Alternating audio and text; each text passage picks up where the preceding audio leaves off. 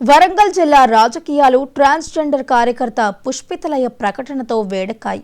Warangal MP Kadiyam Kavya, నలుగురు ఎమ్మెల్యేలు Konda Surekha, Nayani Rajendra Reddy, Revuri Prakash Reddy, KR Nagaraju వరదలు కబ్జాల విషయంలో వైఫల్యం చెందారని ఆరోపిస్తూ చేతకాకుంటే మాతో కలవండి అంటూ వారికి చీరలు, గాజులు పంపిస్తున్నట్లు ప్రకటించారు. అయితే హిజ్రాల సంఘం ఆమె చర్యలకు తమకు సంబంధం లేదని ఖండించింది. ఈ సంఘటన వరంగల్ రాజకీయాల్లో చర్చనీయాంశంగా మారింది.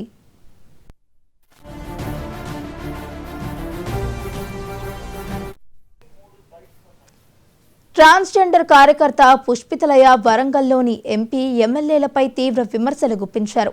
వరంగల్ పార్లమెంటు సభ్యురాలు కడియం కావ్యతో పాటు వరంగల్ తూర్పు ఎమ్మెల్యే కొండా సురేఖ, పశ్చిమ MLA Nayani Rajender Reddy, Parakala MLA Revuri Prakash Reddy, Wardhannapet MLA KR Nagaraju తమ బాధ్యతలను సరిగ్గా నిర్వహించడం లేదని, అసమర్థతకు పరాకాష్ఠగా ఉన్నారని ఆరోపించారు.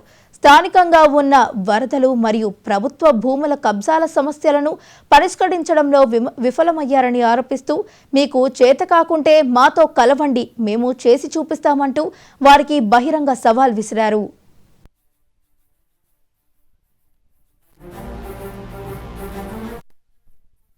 వర్షపు నీరు రావడం వల్ల మునిగింది ఇల్లులు కాదు, వీళ్ళ పరిపాలన. అసలు వరంగల్ జిల్లాలో వర్షాలు వస్తే ఎందుకింత నీళ్ళు వస్తుంది? ఎవరి వల్ల?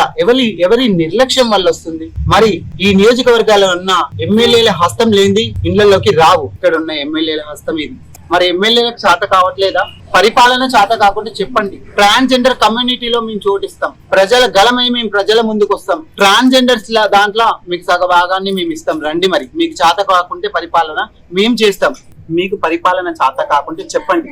వర్షపు నీరు రావడం వల్ల మునిగింది.